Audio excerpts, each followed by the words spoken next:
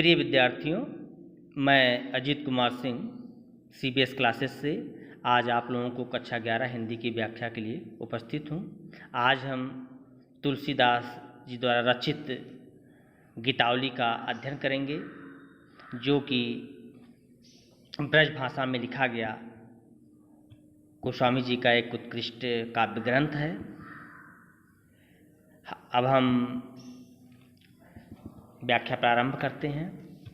उसका प्रसंग है कि कैकेयी के वरदान के कारण राम वनवास चले गए हैं अपने छोटे भाई लक्ष्मण और पत्नी सीता के सहित। जब भरत जी वापस आते हैं तो वो इन सब चीज़ों को जान पाते हैं, कुछ कुचक्र का पता चलता है, तो वो अपनी माता कौशल्या के पास जाते हैं और अपने हृदय की बात उनके सामने रखते हैं। वही उसी की व्याख्या है। जो पय हो मातु मते मत हुए हैं, तो जननी जग में या मुख की कहाँ कालिमा धोए हैं। क्यों हो आज होत सुच सपथन, कौन मानी है साची। महिमा मृगी कौन सुकृति की, खल बच बिस्खन बाची। गहि न जात रचना काहू की, कहो जाय सोई सूझे। दीन बंधु कौड़ान सिंधु बिन, कौन हिये की बूझे। तुलसी राम वियोग विकल नारी नर भारी, भरत स्नेह सुधा सींचे सब, भय तय समय सुखारी। व्याख्या इस प्रकार से है। जो पय हों मातु मते मत हुए हैं। भरत जी अपनी माता कौशल्या से कहते हैं कि हे माता, जो पय हो मातु मते, मते में होता है मत, मातु में होता है माते, माह माने मेरा, हो माने है। हे माता, अगर इस कुचक्र में, अगर इस घटना चक्र में मेरा कोई हाथ हो तो। जो पय हो मातु मते मत हुए हैं। हे माता, अगर इस घटना चक्र में, इस कुचक्र में मेरा हाथ तनिक भी हो तो, रहा हो तो जननी, तो हे माता, जग में, इस संसार में या मुख की कहाँ कालिमा धोए हैं, तो इस संसार में अपने मुख की मैं कालिमा कहाँ धो पाऊंगा, अपने कलंक को मैं कैसे समाप्त कर पाऊंगा।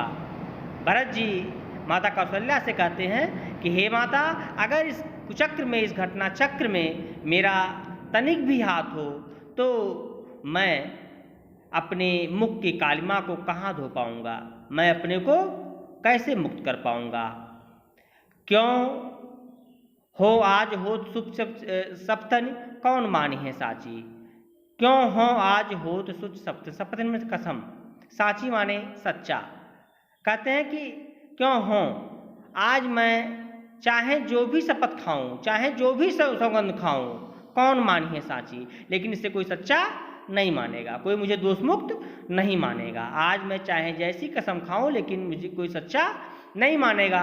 लोग यही समझेंगे कि कैकेयी भरत के द्वारा उकसाई गई हैं। आगे वो कहते हैं, महिमा मृगी कौन सुकृति की, खल बच बिस्खन बाची। खल मीन्स होता है दुष्ट, बचन मीन्स होता है बचन, बच मीन्स होता है बचन, बिस्खन माने होता है बाण, और बाची मीन्स बची।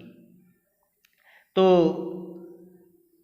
क्यों हो महिमा मई कौन सुकृति की, सुकृति मीन्स होता है सज्जन व्यक्ति, पुण्यात्मा, कि खल बच बिस्खन बाची। गोस्वामी तुलसीदास जी कहते हैं कि भरत जी कहते हैं कि इंसान, संसार में कौन ऐसा पुण्यात्मा है, कौन सा ऐसा सज्जन व्यक्ति है जिसकी महिमामयी मृगी दुष्टों के वचन रूपी बाणों से बची हो। अर्थात दुष्टों ने किस पुण्यात्मा को छोड़ा हो, अर्थात दुष्टों ने सभी पुण्यात्माओं को अपमानित जरूर किया है, वो अपयश का भागी अवश्य बना है। गहि न जात रचना काहू की, गहि मीन्स होता है पकड़ना, रचना मीन्स होता है जीव, किसी की जीव को पकड़ा नहीं जा सकता। कहो जाय जोई सूझे, जिसको जो समझ में आता है वह कहता है।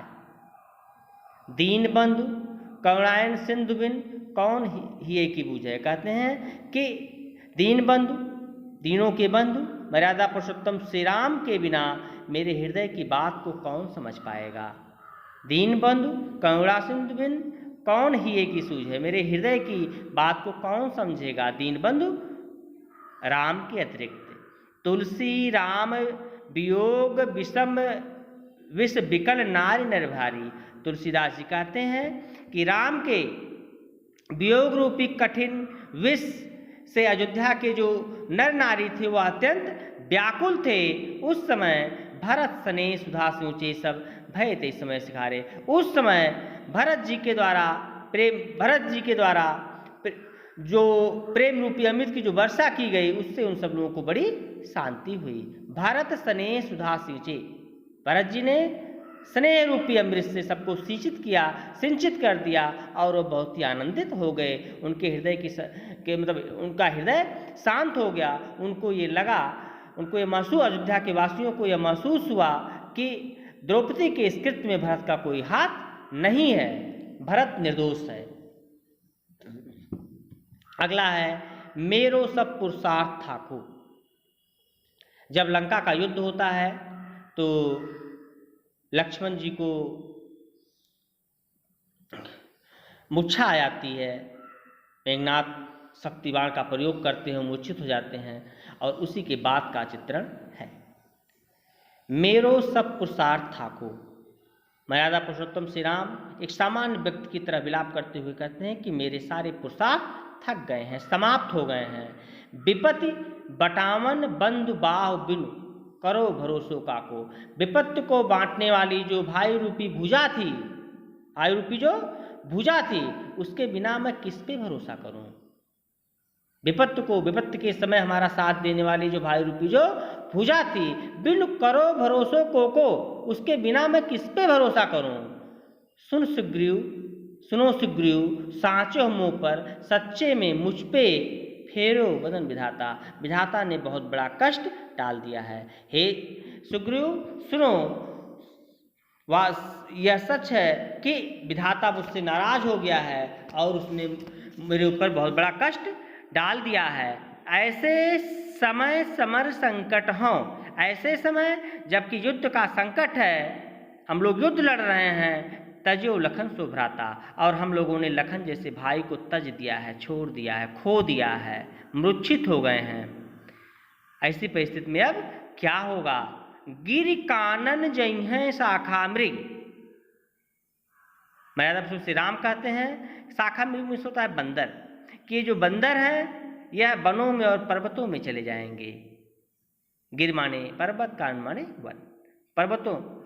हाँ पुण्य अनुज संघाती, और मैं अपने छोटे भाई के साथ यहीं पे रहूंगा। होए हैं कहाँ विभीषण की गति, लेकिन विभीषण की क्या गति होगी, रही सोच भर छाती। यह बात सोच करके मेरा हृदय भर जाता है, क्योंकि विभीषण ने रावण का विरोध किया था और जब ये लोग यहीं रह जाएंगे, बंदर उधर चले जाएंगे, इनके भाई मूर्छित हो गए हैं, तो विभीषण की क्या गति रावण करेगा, यह सोच करके इनका हृदय भर जाता है। तुलसी सुन प्रभु बचन भालु कपि सकल विकल ही हारे। तुलसीदास जी कहते हैं कि मर्यादा पुरुषोत्तम श्री राम के इस करुण वचनों को सुन करके जो सारे भालू हैं, बंदर हैं, अपने हृदय को हार जाते हैं, अत्यधिक दुखी हो जाते हैं। जामवंत हनुमंत बोल तब अवसर जानी प्रचारे। उसी समय अवसर देख करके जामवंत ने हनुमान जी को बुलाया और उससे कुछ विचार विमर्श करने लगे। समझ में आई बात। मर्यादा पुरुषोत्तम श्री राम कहते हैं कि मेरे सब पुरुषार्थ था को, हमारे सारे पुरुषार्थ समाप्त हो गए हैं, मैं थक गया हूँ, मैं हार गया हूँ। विपत्ति को बांटने वाली जो भाई रूपी भुजा थी, उसके बगैर मैं किस पे भरोसा करूँ। हे सुग्रीव सुनो, वास्तव में ईश्वर ने मुझसे मुंह फेर लिया है, मेरे ऊपर अत्यधिक कष्ट डाल दिया है। ऐसे समय जबकि युद्ध का संकट है और मैंने भरत जैसे भाई को तज दिया है। गिर कानन जय है शाखा मृग। ये जो बंदर हैं यह पर्वतों और पहाड़ों और जंगलों में चले जाएंगे, मैं अपने छोटे भाई के साथ, लक्ष्मण के साथ यहीं रहूंगा, मैं कहीं नहीं जाऊंगा। लेकिन विभीषण की क्या गति होगी, यह सोच करके मेरा हृदय भर जाता है। मर्यादा पुरुषोत्तम श्री राम के इस प्रकार के वचन को सुन करके सारे भालू बंदर अपने हृदय को हार बैठते हैं, वो अत्यधिक दुखी हो जाते हैं। उस अवसर पर अवसर को पहचान करके जामवंत ने हनुमंत महाबली हनुमान को कुछ बताया और कुछ मंत्रणा की, कुछ बातचीत विचार विमर्श किया। अगला है हृदय घाव मेरे पीर रघुबीरे।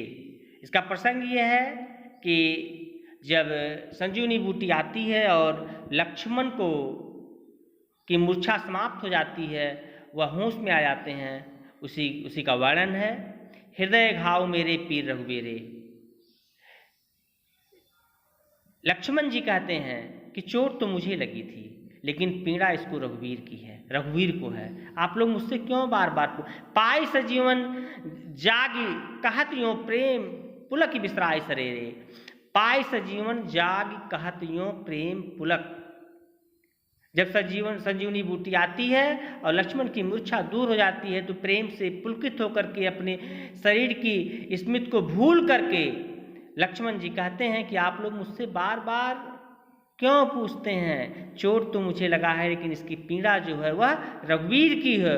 मोहि कहाँ बूझत पुन पुन, मुझसे बार बार क्यों पूछते हैं। जैसे पाठ अर्थ चर्चा की रहे, कहते हैं जैसे किसी पाठ के अर्थ की चर्चा आप तोते से कीजिए, ऐसे ही तोते से कीजिए, क्योंकि तोता जो होता है वह अपने स्वामी के द्वारा रटाए गए शब्दों को याद करता है, उससे उसका अर्थ पूछेंगे तो वह बता नहीं पाएगा।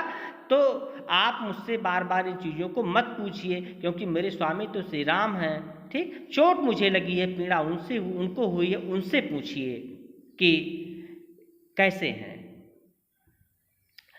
तोते से पाठ का अर्थ नहीं पूछा जाता।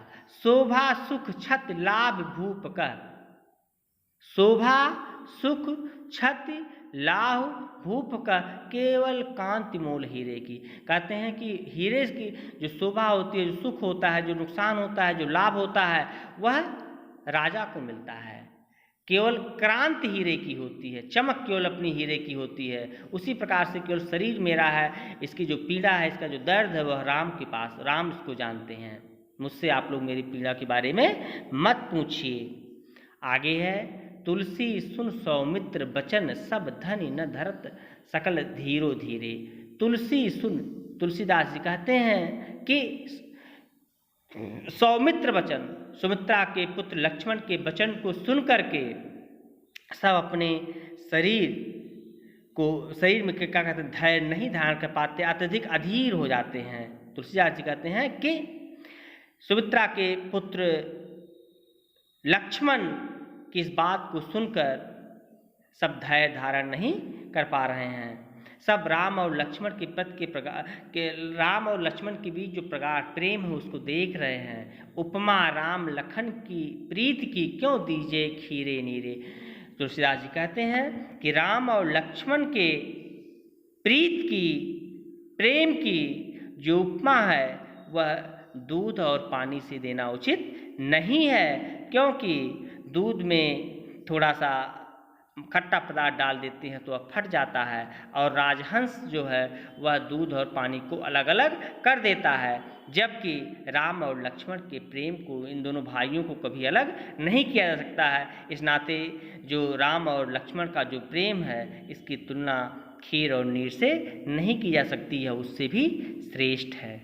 ओके, धन्यवाद। आज की व्याख्या बस यहीं तक।